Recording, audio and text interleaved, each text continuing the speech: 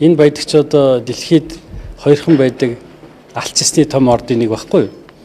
Тийм учраас одоо Индонезчууд бол тэр баялгаа эхлээд Америкийн компанид одоо яг манайх шиг байдлаар луурдулсан байсныг 90 онд хууль гаргаад засаад авсан.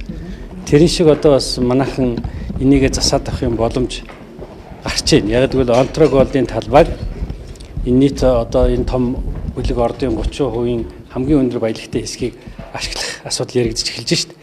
Тэгэхээр энийг л бид нар зөв шийдээд энэ дээр тэр хөрөнгө оруулалтын гэрээгээ засаад явж чадах юм бол үнэхээр одоо бидний нэг санхүү тулгараад байгаа хүндрэл, цалин тэтгэврийн нэмэгдэл гэдэг ч юм ийм асуудлаа бүрэн шийдэх боломжтой орд байхгүй юу. Өнөөдөр харамсалтай нь ингээд оюут толгоос гарч байгаа баялагч нь экспорт дотоодын нийт бүтээгдэхүүн тооцогдож байгаа байхгүй юу. Тооцогдож байгаа учраас ингээд нэг хүн амдаа хоогаад үзэхээр одоо жишээлбэл 21 онтой харьцуулахад 21 онд нэг хүнд ногж байгаа дотоодын нийт бүтээгдэхүүн 4200 байсан. Одоо 6700 болсон. 50% өссөн бол гэх мэт ингээд өсөлт харагдаад идэг.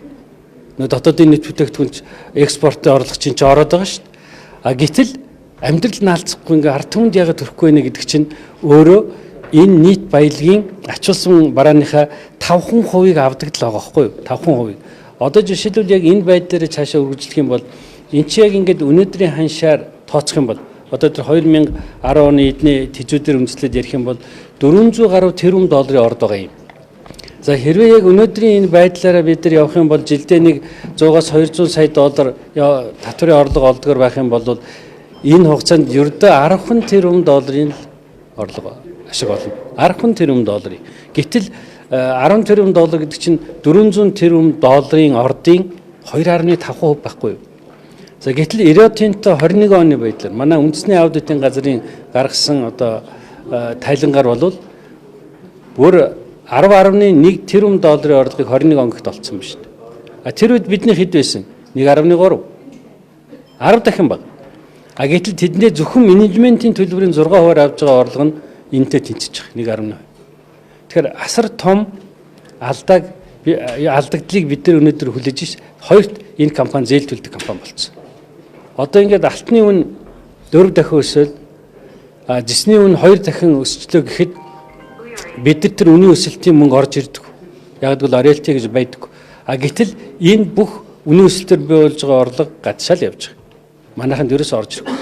Тийм учраас энэ том ордоо ингээд энэ байдлаараа цаашдаа ашиглаад явах юм бол бид нэр зүгээр л өр зээл төлсөн улсал болж хуурна. Өөрөөр хэлэх юм бол өнөөдөр эдгээр 5.1 тэрбум долларын хөрөнгө оруулалт хийнэ гэж ингэж одоо манад биднийг одоо баярлуулж байгаад гэрээ хийсэн. А гэтэл өнөөдөр 22.7 тэрбум долларыг зарц болсон. Нөгөө 5.1 биш 4 дахин их. А гэтэл энэний 18 тэрбум доллар нь зээл та нар бод 10. Тэгэхээр эн чинь хөрөнгө оруулалт биш зээл байсан болж хувирж байгаа байхгүй юу? За ингээд 18 тэрбум долларын 13.3 нь нөгөө хөрөнгө оруулагч Rio Tinto-гийн зээл.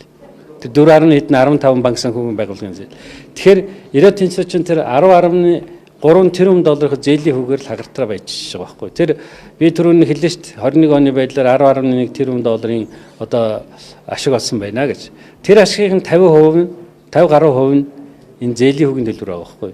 Тэгэхээр зээл төлдөг компани болгоод ингээд өрсөн. Өнөөдөр гэтэл энэ нь яг би одоо ингээд Rio Tinto-г буруутгахаасаа илүү энэ нөхцөл байдлыг бий болгож өгсөн манай эх орны худалдсан улсуудын буруу л гэж бодож байгаа. Rio Tinto бол мэдээж одоо ашиглалт хөөн шүү дээ. 2007 онд орж ирсэн гэрээ нь арай дээр байсан байгаа байхгүй. Гэтэл 2009 онд одоо баяр цогт тэр баярын засгийн газрын үед бүр муутхай хийсэн. Нөгөө 34% зээл мэйл болгоод ингэ явцсан тийм үү?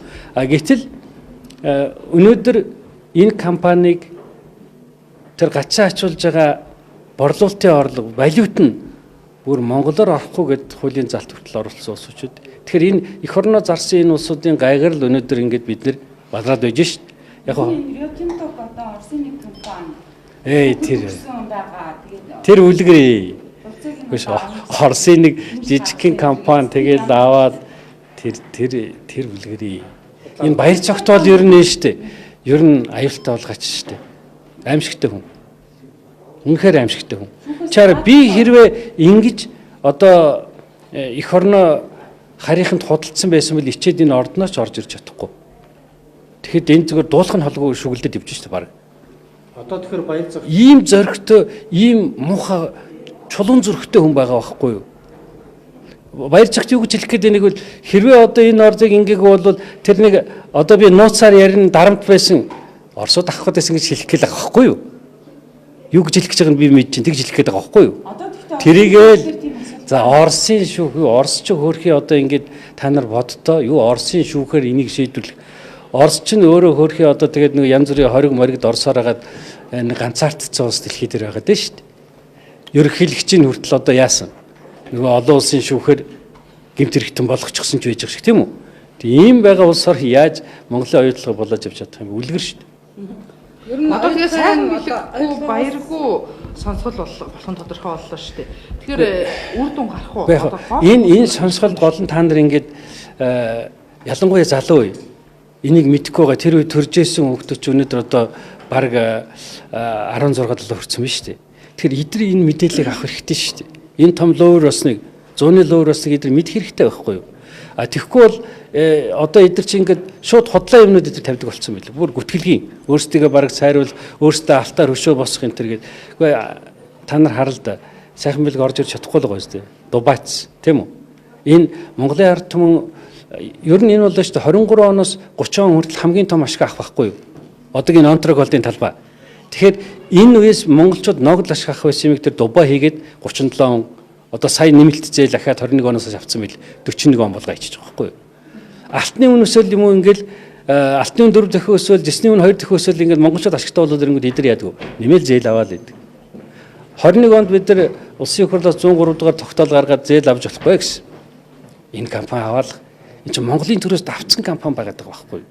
Тэгэхээр энийг зогсоох хэрэгтэй. Тэгээд сонсголын үр дүнд бас иймэрхүү одоо шийдвэрүүдийг бас гаргах байх гэж ингэж найдаж байна. баяр цагт зоригт одоо юунд оролцож байгаа хилцүүлэгт оролцож байгаа сонсголт тий. Тэгэхээр одоо юу гэдэг нөгөө талын байр сууриа хамгаалах гэж яваад байгаа санагдаж байна л та. Гэхдээ одоо бол эдгээр дүнгэрс яг гэдэг чинь амьдралаар үнэн батлагдсан байхгүй юу? Би түрүү хэллээ шүү дээ.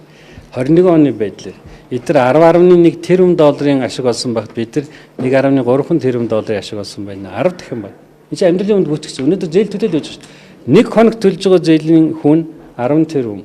Та нар бодлоо доо. Нийт судлагдах материалын 51% нь одоо нууц гэсэн тамгатай байна гэж байгаа шүү дээ. Энэ үнэхээр даварцсан байгаа юм. Та нар бодлоо доо. Бүх Монголын компаниуд ингээд одоо шалгуулах гэлтэнгүүд бүх юм эднийх шиг ингээд нууцын тамга дарчаал ингээд суугаад байвал чи одоо хяналт чалгалтын байгууллага байгаад хэрэг байна уу? Тийм үү? Аудитын дүгнэлт ирсэн шүү дээ. Одоо эднийхээ шалгасан. Бас дандаа нууцын дардсан. Тэгээ хурдаар хилцэж болохгүй байгаа байхгүй юу? Олон түмэнд энэ нээлттэй мэдээлэл өгж болохгүй байгаа байхгүй юу? Тийм учраас харин энэ сонсгол зохион байгуул та нарт энэ оюутолоо гэдэг дэлхийд хосгүй энэ орд юу болцсон бэ гэдгийг бас ард түмэндээ нээлттэй одоо мэдээлэл өгж байгаагаар ач холбогдолтой гэж би бодож байна.